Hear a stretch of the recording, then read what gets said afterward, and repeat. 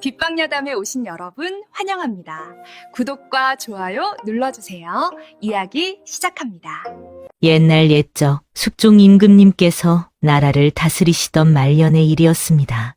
조정에서는 노론과 소론이 으르렁거리며 서로 물어뜯기에 바빴고, 지방 고을에서는 몇 해째 이어지는 흉년으로 백성들의 한숨이 끊이질 않았지요.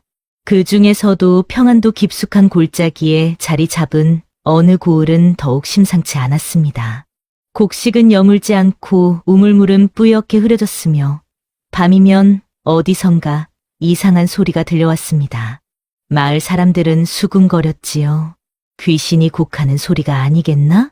아니, 산신령께서 노하신 게 분명하다네. 달빛만 밝은 밤이면 누군가의 울음 같은 바람이 처마 끝을 스치고 개들은 까닭없이 지저댔습니다. 풍무는 꼬리에 꼬리를 물고 흉흉한 기운이 고을을 뒤덮었지요. 그러나 아무도 몰랐습니다. 이 모든 것이 한 여인의 운명과 얽혀 있다는 사실을 말입니다. 그 고을 한편에 연이라는 이름의 여인이 살고 있었습니다. 22해를 살아온 연희는 평민 출신으로 1년 전 박씨, 가문의 며느리가 되었지요. 외모는 청초했으나 늘 수수한 옷차림을 고집했고, 말수가 적어 시댁 사람들조차 그녀의 속내를 헤아리기 어려워했습니다. 연희의 눈빛은 맑았으나 그 깊숙한 곳에는 알 수 없는 기운이 잠들어 있었습니다. 마치 깊은 우물을 들여다보는 듯 누군가 그녀의 눈을 마주하면 묘한 서늘함을 느끼곤 했지요. 성격은 온순했습니다. 시어머니께 순종하고 남편에게 공손했으며 집안일을 묵묵히 해냈습니다. 그러나 밤이면 연희는 홀로 마루에 앉아 달을 바라보며 긴 한숨을 내쉬곤 했지요. 사실 그녀에게는 남들이 모르는 비밀이 있었습니다. 어릴 적부터 꿈속에서 미래의 조각을 보는 능력이 있었던 것입니다. 처음에는 작은 일들이었습니다. 이웃집 소가 병들 것이라든가 장마가 언제 올 것이라든가 하는 것들이었지요. 하지만 나이가 들수록 꿈은 점점 선명해졌고 보이는 것들은 점점 무거워졌습니다. 누군가의 죽음, 마을에 닥칠 재앙, 피로 물든 땅. 연희는 이 능력이 축복이 아니라 저주임을 일찍이 깨달았습니다. 그래서 그녀는 입을 다물었습니다.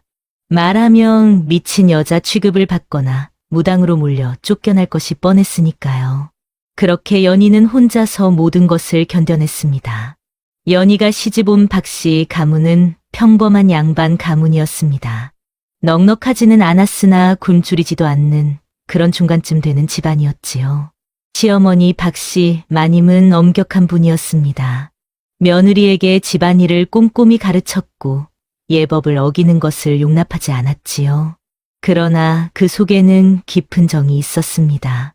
연희가 아플 때면 손수약을 다려주고 추운 겨울밤이면 이불을 덮어주는 분이었습니다. 남편 윤도령은 25의 젊은이였습니다. 성정이 바르고 순박했으며 아내를 소중히 여겼지요. 그러나 한 가지 고민이 있었습니다. 연희가 자신의 눈을 제대로 마주치지 않는다는 것이었습니다. 부인, 내가 무엇을 잘못했소? 윤도령이 물으면 연희는 고개를 저으며 대답했습니다. 아니옵니다. 도련님, 그저 제가 부족할 뿐입니다. 그러나 진짜 이유는 달랐습니다. 연희는 남편의 눈을 똑바로 보면 그와 관련된 미래가 어렴풋이 보일까 두려워서 피하는 것이었지요. 그리고 또 한 사람, 사또의 서자 석윤이 있었습니다. 그는 종종 박씨 가문을 드나들었는데 겉으로는 친절했으나 눈빛에는 묘한 야망이 서려 있었습니다. 석윤은 연희를 볼 때마다 이상하리만큼 오래 쳐다보았고 그녀는 그 시선이 불편했습니다. 박씨 가문은 평범해 보였으나 사실 오래전부터 집안에 불길한 징조가 반복되는 가문이었습니다.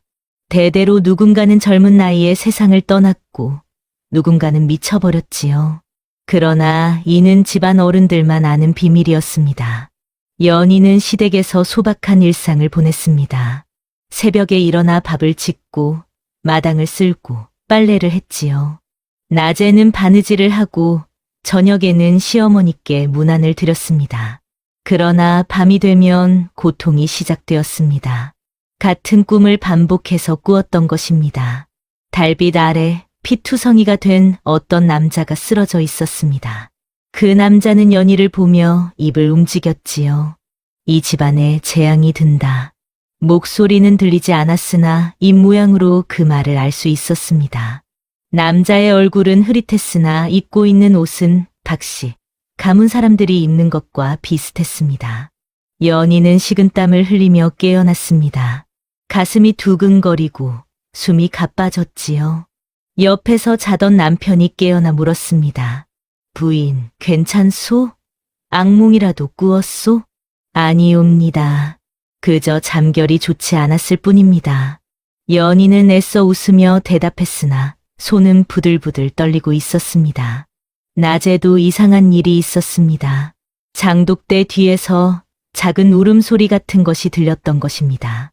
바람 소리 같기도 하고 누군가 흐느끼는 소리 같기도 했지요.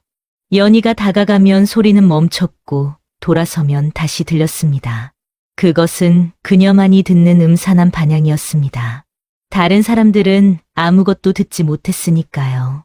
그해 8월 보름날 새벽이었습니다. 연희가 마당에 나와 우물물을 기르려 하는데 안채 마당에 무언가 떨어져 있었습니다. 가까이 다가가 보니 붉은 깃털을 가진 새 한 마리가 죽어 있었지요. 새는 가슴에 무언가 박힌 듯 선명한 붉은 자국이 있었고 깃털은 온통 피로 얼룩져 있었습니다. 연희가 새를 보는 순간 눈앞이 번쩍했습니다. 환영이 보였습니다. 시댁 남자 중 한 명이 피를 흘리며 쓰러지는 모습. 얼굴은 흐릿했으나 입고 있는 옷이 보였습니다. 하인이 입는 옷이었지요. 연희는 비명을 참으며 뒤로 물러섰습니다. 가슴이 터질 듯 뛰었고 온몸에 소름이 돋았습니다. 이것은 단순한 꿈이 아니었습니다. 누군가 곧 죽을 것이라는 명백한 경고였지요. 며느리, 왜 그리 서 있느냐? 시어머니의 목소리에 연희는 화들짝 놀랐습니다. 황급히 새를 치마폭에 감추며 대답했지요. 아무것도 아니옵니다, 어머님. 얼굴이 하얗구나. 몸이 불편하냐? 괜찮사옵니다. 연희는 죽은 새를 몰래 뒷산에 묻었습니다. 손을 떨며 흙을 파고 새를 묻고 다시 흙을 덮었지요. 그러나 공포는 사라지지 않았습니다. 누군가 죽을 것입니다. 그것도 곧. 연희는 며칠 동안 고민했습니다. 꿈을 시댁에 알려야 할까요? 붉은 새의 죽음을 말해야 할까요? 그러면 누군가의 목숨을 구할 수 있을지도 모릅니다. 그러나 두려움이 앞섰습니다. 부정탄소리 한다고 욕을 먹을 것이 분명했습니다. 아니, 어쩌면 무당으로 몰려 쫓겨날 수도 있었지요. 조선 양반 가문에서 며느리가 귀신 보는 소리를 한다면 그것은 집안의 수치였습니다. 결국 연희는 침묵을 택했습니다. 대신 몰래 부정을 막는 작은 의식을 치렀습니다. 한밤중 모두가 잠든 시각 연희는 장독대 앞에 정화수를 떠놓고 빌었지요. 하늘이시여, 이 집에 닥칠 재앙을 막아 주소서. 아무도 다치지 않게 하소서. 그리고는 작은 부적을 만들어 문지방 아래 묻었습니다. 어릴 적 할머니에게서 배운 방법이었지요. 부적에는 벽사라는 글자를 새겼습니다. 모든 일을 마친 연희는 흔적을 말끔히 지웠습니다. 아무도 모르게 아무 일도 없었던 것처럼. 그러나 마음속 불안은 사라지지 않았습니다. 부적으로 운명을 막을 수 있을까요? 연희는 알 수 없었습니다. 사흘 후 사또의 서자 석윤이 박씨 가문을 찾아왔습니다. 박씨 어르신께 문안을 드리러 왔습니다. 석윤은 정중히 인사했으나 그의 눈빛은 집안 구석구석을 훑고 있었습니다. 마치 무언가를 찾는 듯한 눈빛이었지요. 연희가 차를 내오자 석윤의 시선이 그녀에게 꽂혔습니다. 박씨, 댁세댁이시군요. 소문은 들었으나 이제야 뵙습니다. 아닙니다. 연희는 고개를 숙이며 대답했습니다. 그러나 석윤은 계속 그녀를 쳐다보았지요. 마치 속을 들여다보려는 듯한 시선이었습니다. 여태 본 사람 중 가장 묘한 기운이 도는구나. 석윤이 중얼거렸습니다.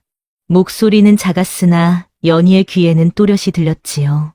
연희는 등골이 오싹해졌습니다. 무슨 말씀이신지 모르겠습니다. 아니, 그냥 하는 소리요. 새댁의 눈빛이 깊어 그런 말을 했을 뿐이오. 석유는 의미심장한 미소를 지으며 자리에서 일어났습니다. 그러나 나가면서도 계속 연희를 돌아보았지요. 그날 밤 연희는 석윤의 눈빛을 떠올리며 잠을 이루지 못했습니다. 그는 무언가를 알고 있는 듯했습니다. 아니, 알아채려 하고 있었습니다. 연희의 숨겨진 능력을. 보름이 지난 어느 날 아침이었습니다. 큰일 났습니다. 머슴 하나가 황급히 달려왔습니다. 그의 얼굴은 핏기가 없었고 목소리는 떨렸지요. 춘식이가 죽었습니다. 박씨 마님과 윤도령이 급히 달려갔습니다. 연희도 따라갔지요. 뒷간 옆 우물가에 머슴 춘식이 쓰러져 있었습니다. 가슴에는 선명한 붉은 자국이 있었고 입에서는 피가 흘러나왔습니다.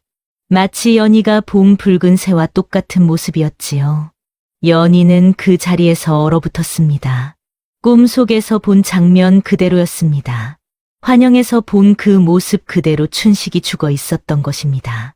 마을 사람들이 몰려왔습니다. 귀신의 짓이다. 분명 산신령이 노하신 게 틀림없어. 아니야, 엿기가 들렸을 거야. 온갖 소문이 퍼졌습니다. 박씨 가문은 불길한 기운에 휩싸였고 모두가 두려움에 떨었지요. 연희는 춘식의 시신을 보며 깊은 두려움을 느꼈습니다. 자신이 본 미래가 현실이 되었습니다. 부적도 정화수도 아무 소용이 없었습니다. 운명은 막을 수 없는 것일까요? 춘식의 장례를 치르는 동안 연희는 이상한 점을 발견했습니다. 춘식의 가슴에 난 상처는 단순한 사고로 생긴 것이 아니었습니다. 마치 날카로운 무언가에 찔린 듯한 자국이었지요. 그러나 주변에는 그런 흉기가 없었습니다. 더 이상한 것은 춘식의 손이었습니다. 손톱 밑에 흙이 잔뜩 끼어 있었고 손가락에는 작은 긁힌 자국이 있었지요. 마치 무언가를 필사적으로 파헤친 듯한 흔적이었습니다. 연희는 조용히 춘식이 쓰러진 곳으로 다시 가보았습니다. 우물가 주변을 살피던 중 흙 속에서 무언가 반짝이는 것을 발견했지요. 작은 청동 조각이었습니다. 손톱만 한 크기의 이상한 문양이 새겨져 있었습니다. 연희는 그것을 주워 자세히 살펴보았습니다. 순간 머릿속에 환영이 스쳤습니다. 춘식이 누군가에게 쫓기는 모습, 필사적으로 도망치다가 이곳에서 쓰러지는 모습, 그리고 그의 손에 쥐어져 있던 바로 이 청동 조각. 연희는 깨달았습니다. 춘식의 죽음은 단순 사고가 아니었습니다. 누군가 그를 죽였고 춘식은 죽기 직전 이 조각을 움켜쥐었던 것입니다. 꿈은 단순한 예지가 아니었습니다. 누군가의 죽음을 경고하는 신호였던 것입니다. 그날 밤 연희는 방 안에서 혼자 앉아 있었습니다. 청동 조각을 손에 쥐고 한참을 생각에 잠겨 있었지요. 손은 미세하게 떨렸고 얼굴은 창백했습니다. 윤도령이 방으로 들어왔습니다. 그는 연희의 모습을 보고 걱정스러운 눈빛을 보냈지요. 부인, 요즘 기이하게 떨고 있소. 무슨 일이라도 있소? 아니옵니다, 도련님. 거짓말 마시오. 춘식이가 죽은 뒤로 더욱 수심이 가득하오. 윤도령이 연희 곁에 앉았습니다. 그녀가 떨리는 손으로 찻잔을 쥐려 하자 윤도령은 조용히 그 손을 감싸 주었습니다. 따뜻한 온기가 전해졌습니다. 연희는 그제야 자신이 얼마나 외로웠는지 깨달았지요. 연희, 윤도령이 처음으로 이름을 불렀습니다.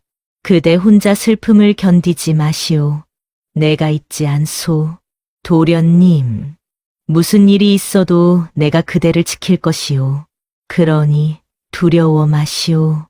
연희의 눈에 눈물이 맺혔습니다. 말하고 싶었습니다. 모든 것을 털어놓고 싶었지요. 그러나 입술을 깨물었습니다. 어떻게 말할 수 있겠습니까? 자신이 꿈에서 미래를 본다는 것을, 춘식의 죽음을 미리 알았다는 것을. 그저 고개를 끄덕일 뿐이었습니다. 윤도령은 연희의 어깨를 가만히 안아주었습니다. 그날 밤 두 사람은 말없이 서로의 온기만을 나누었습니다. 춘식의 죽음 이후 반달이 지났을 무렵이었습니다. 마을에서 또 다른 사건이 일어났습니다. 이웃집 아이 복동이가 실종된 것입니다. 복동아, 복동아. 아이 어미의 절규가 마을을 울렸습니다. 마을 사람들이 총출동하여 산과 들을 샅샅이 뒤졌으나 아이는 보이지 않았지요.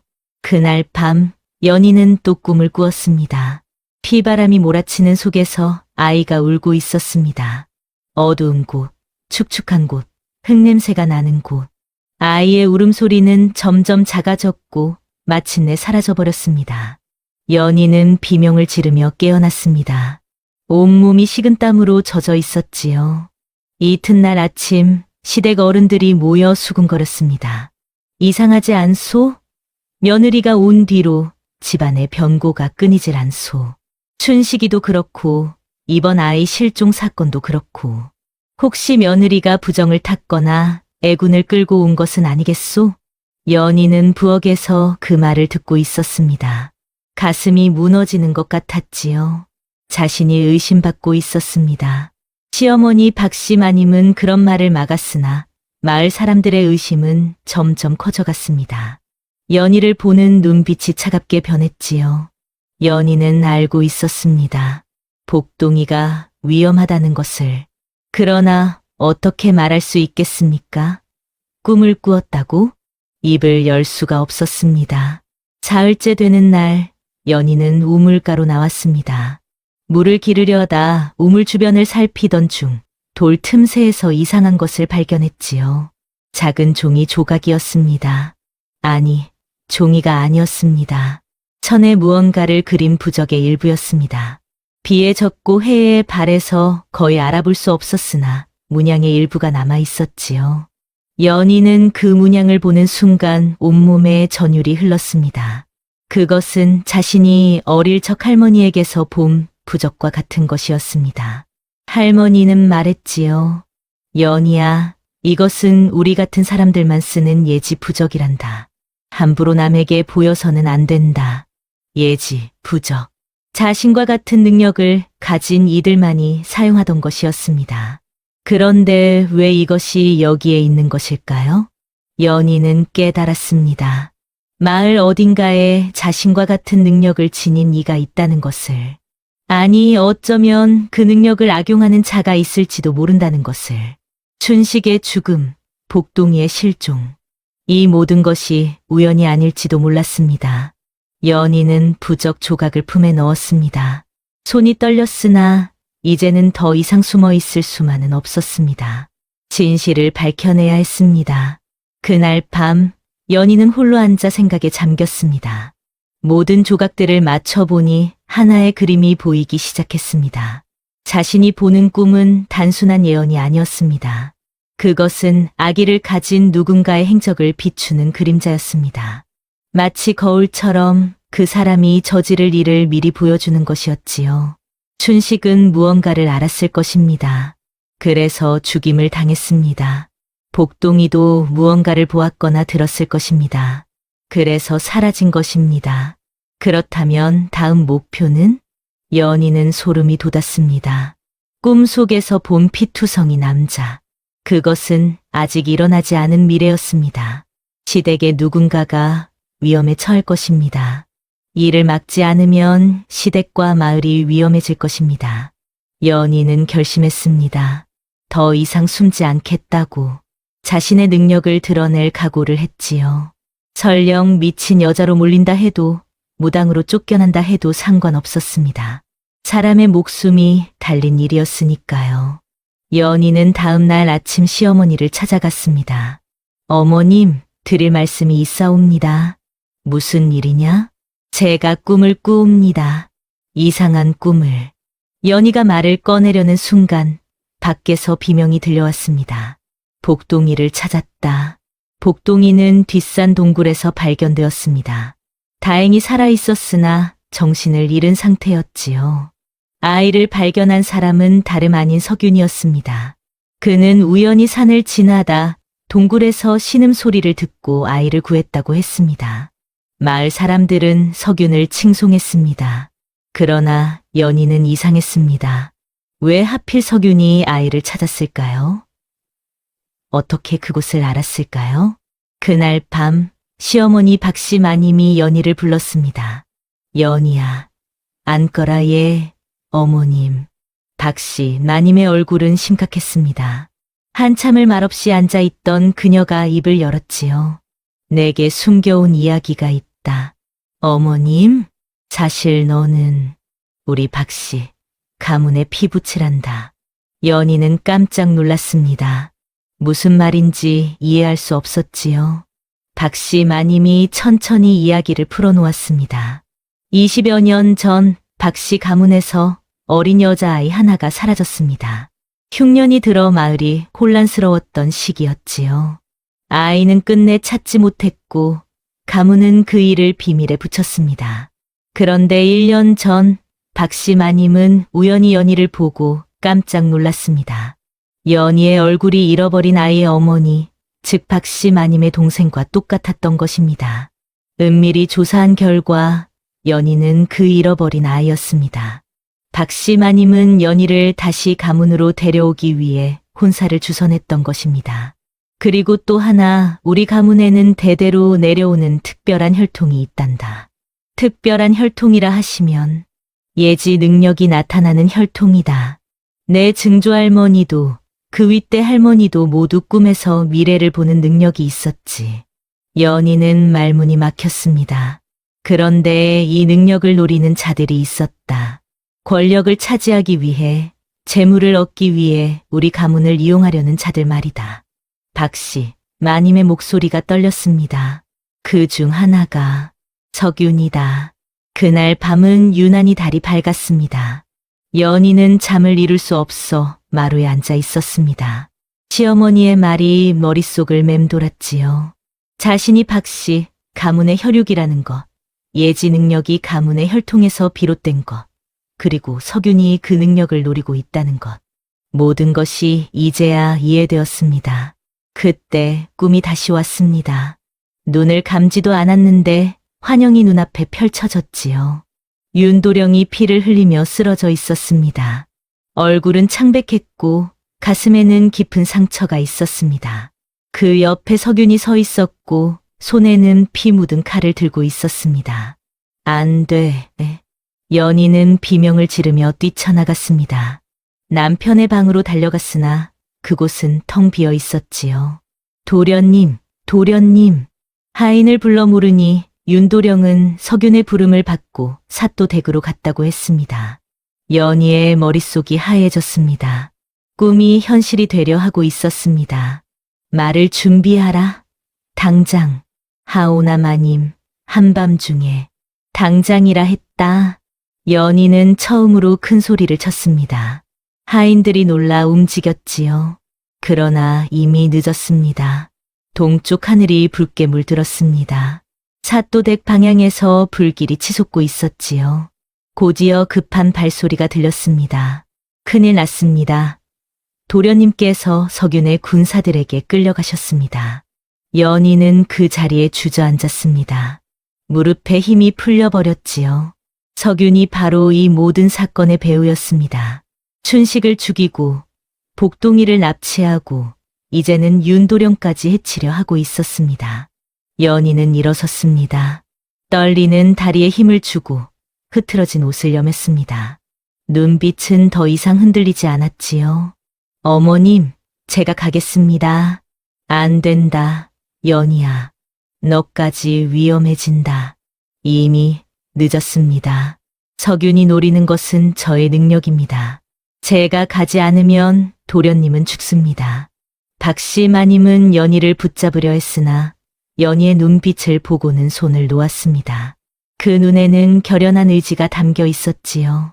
연희는 방으로 돌아가 품속에 간직해 두었던 부적 조각들을 꺼냈습니다. 춘식의 손에서 나온 청동 조각, 우물가에서 발견한 천 조각, 그리고 어릴 적 할머니에게서 물려받은 은빛 비녀를 꺼냈습니다. 비녀에는 작은 옥이 박혀 있었는데 그 옥이 은은하게 빛났지요. 할머니, 저를 도와주소서. 연희는 비녀를 머리에 꽂았습니다. 순간 몸속에서 뭔가 뜨거운 기운이 솟아올랐습니다. 잠들어 있던 예지의 힘이 깨어나는 느낌이었지요. 연희는 눈을 감았습니다. 꿈의 흐름을 따라갔습니다.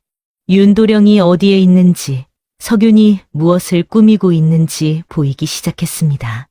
뒷산 폐사찰, 그곳에 모든 것이 있었습니다. 설령 제 몸이 부서진다 한들 이 길을 막아야만 하리라. 연희는 홀로 밤길을 나섰습니다. 달빛이 그녀의 길을 밝혀주었지요. 뒷산 폐사찰은 오래전 불에 탄 곳이었습니다. 무너진 기둥과 깨진 기와가 널려 있었고 불상은 고개가 떨어져 나가 있었지요. 그곳에 석윤이 서 있었습니다. 윤도령은 기둥에 묶여 있었고 입에는 재갈이 물려 있었습니다. 얼굴에는 피가 흐르고 있었지요. 왔구나, 연희. 석윤이 웃으며 말했습니다. 어떻게 이곳을 알았지? 아, 그래. 내 능력을 사용했겠지. 도련님을 놓아주시오. 놓아주지. 내가 나를 위해 일한다면 말이다. 석윤이 천천히 다가왔습니다. 난 오래전부터 박씨 가문의 예지 능력을 알고 있었다. 그 능력으로 권력을 잡을 수 있다는 것도 알고 있었지. 그래서 춘식을 죽였소. 복동이를 납치했소. 춘식은 내 계획을 엿들었고 복동이는 우연히 내가 부적을 만드는 것을 보았지. 어쩔 수 없었다. 석윤이 품에서 커다란 부적을 꺼냈습니다. 그 부적에는 붉은 글씨로 무언가 빼곡히 적혀 있었지요. 이것은 예지의 힘을 빼앗는 부적이다. 내 능력을 내게 옮길 수 있지. 미친 짓이오. 미친 짓? 아니, 이것이야말로 천재적인 계획이다. 석윤이 부적을 펼치자 사방에서 검은 기운이 피어올랐습니다. 연희는 숨이 막히는 것을 느꼈지요. 저항하지 마라. 순순히 능력을 내놓으면 고통 없이 끝날 것이다. 그러나 연희는 물러서지 않았습니다. 머리에 꽂은 비녀를 뽑아 들었지요. 비녀의 옥이 밝게 빛났습니다. 할머니께서 말씀하셨소. 예지의 힘은 남을 해치기 위한 것이 아니라 지키기 위한 것이라고. 연희가 비녀를 허공에 그었습니다. 은빛 빗줄기가 검은 기운을 가르며 퍼져나갔지요. 두 사람의 예지 능력이 충돌했습니다. 공간이 일그러지고 과거와 미래의 환영들이 난무했습니다. 수많은 가능성들이 눈앞에 펼쳐졌다 사라졌지요. 석윤의 부적이 점점 붉게 타오르기 시작했습니다. 그는 더 많은 힘을 쏟아부었으나 부적은 감당하지 못하고 금이 가기 시작했습니다. 안 돼, 이럴 수가. 부적이 폭발했습니다. 검은 기운이 역류하여 석윤을 덮쳤지요. 그는 비명을 지르며 쓰러졌습니다. 연희는 윤도령에게 달려가 묶인 줄을 풀었습니다. 도련님, 괜찮으시오? 부인. 윤도령이 연희를 껴안았습니다. 두 사람은 달빛 아래 서로를 꼭 안았지요. 석윤은 살아남았으나 정신을 잃었습니다. 역류한 예지의 힘이 그의 마음을 망가뜨려 버린 것입니다. 그는 이후 평생 미친 사람처럼 헛소리만 중얼거리며 살게 되었지요. 복동이는 깨어나 이야기를 들려주었습니다. 석윤이 자신을 동굴에 가뒀으나 나중에 다시 와서 구해주었다는 것입니다. 자신이 연희를 유인하기 위한 미끼였다는 사실을 알게 된 것이지요. 춘식이 쥐고 있던 청동 조각은 석윤이 만든 저주 부적의 일부였습니다. 춘식은 그것을 빼앗아 증거로 남기려 했던 것입니다. 그리고 장독대 뒤에서 들리던 울음소리, 박씨 마님이 밝혔습니다. 그것은 내 증조할머니의 기운이었단다. 가문을 지키려는 조상의 뜻이었지. 연희가 꾸었던 모든 꿈은 조상의 경고와 석윤의 악한 기운이 뒤섞여 만들어진 것이었습니다. 혼탁한 예지였지만 결국 연희에게 진실을 알려준 것이지요. 피투성이 남자의 환영은 미래에 일어날 일을 보여준 것이었습니다. 연희가 막지 않았다면 윤도령이 그렇게 되었을 것입니다. 붉은 새의 죽음은 춘식의 죽음을 예고한 것이었습니다. 모든 조각이 맞춰졌습니다. 이제 연희는 자신의 능력이 무엇을 위한 것인지 분명히 알았습니다. 사람을 지키기 위한 것이었습니다. 섣달 금음날이었습니다. 박씨 가문에서는 한 해를 보내는 제사를 지냈습니다. 시댁에 들이운 재앙은 모두 거두어졌고 평화가 찾아왔지요. 제사를 마친 후 시어머니 박씨 마님이 연희를 불렀습니다. 연희야, 예, 어머님. 박씨 마님의 눈에는 눈물이 맺혀 있었습니다. 이 집을 살린 이는 너로구나. 내가 아니었다면 우리 모두 화를 입었을 게다. 아니옵니다. 어머님께서 제게 진실을 알려주셨기에 가능한 일이었습니다. 이제 너는 더 이상 숨지 않아도 된다. 내 능력을 떳떳이 사용하거라. 박씨, 마님이 연희의 손을 잡았습니다. 따뜻한 온기가 전해졌지요. 그날 밤 윤도령이 연희를 찾아왔습니다. 두 사람은 마루에 나란히 앉아 달을 바라보았습니다. 한참을 말없이 앉아있던 윤도령이 입을 열었지요. 부인, 예, 도련님. 그대가 어떤 능력을 지녔든 내 사람임은 변치 않으리라. 윤도령이 연희의 손을 잡았습니다. 아니, 오히려 자랑스럽소. 그 능력으로 사람들을 지켜주는 그대가 말이오. 연희의 눈에서 눈물이 흘러내렸습니다. 기쁨의 눈물이었지요. 고맙습니다, 도련님. 이제 함께 갑시다. 그대와 나, 우리 함께. 두 사람은 손을 맞잡고 달빛을 바라보았습니다. 새해가 밝아오고 있었습니다. 봄이 왔습니다. 연희는 더 이상 능력을 숨기지 않았습니다. 마을 사람들이 찾아오면 조용히 도와주었지요. 우리 소가 병이 들었는데 살릴 수 있을까요? 걱정 마십시오. 보름 후면 나을 것입니다. 딸아이의 혼처를 정하려 하는데 그 집안은 좋은 인연이 아니옵니다. 다른 곳을 알아보심이 좋겠습니다. 처음에는 의심하던 사람들도 점차 연희를 신뢰하게 되었습니다. 그녀의 말은 늘 맞아떨어졌고 아기가 없음을 알게 되었지요. 박씨 가문은 다시 평화를 찾았습니다. 윤도령과 연희는 금슬이 좋았고 이듬해 봄에는 아이가 태어날 예정이었습니다. 꿈은 여전히 이어졌습니다. 밤마다 연희는 미래의 조각들을 보았지요. 그러나 더 이상 두렵지 않았습니다. 어느 날 밤 연희는 마루에 앉아 달을 바라보며 미소 지었습니다. 피할 운명은 없으나 바꿀 길은 있는 법. 할머니가 했던 말이었습니다. 이제야 그 뜻을 온전히 이해했지요. 운명은 정해진 것이 아니었습니다. 마주한 이의 용기로 빛을 얻는 것이었습니다. 달빛이 연희를 비췄습니다. 그녀의 눈빛은 더 이상 두렵지 않았습니다. 맑고 단단하고 따뜻했지요. 먼 훗날 사람들은 이 이야기를 전했습니다. 옛날 평안도 어느 고을에 예지의 능력을 가진 여인이 있었다지. 그녀는 그 능력으로 많은 이들을 구했다더라. 옛말에 이르기를 백절불굴이라 하였습니다. 어떠한 난관에도 굽히지 않고 이겨나간다는 뜻이지요. 연희는 자신의 운명을 피하지 않고 맞섰습니다. 그리고 그 용기로 많은 이들을 구했습니다. 여러분도 삶에서 피할 수 없는 시련을 만난다면 기억하십시오. 운명은 바꿀 수 있다는 것을, 용기 있는 자만이 그 길을 열 수 있다는 것을 말입니다. 다음 영상을 빠르게 만나보시려면 좋아요와 구독을 눌러주세요. 그럼 더 재미있는 영상으로 찾아뵙겠습니다. 모두 행복한 하루 보내세요.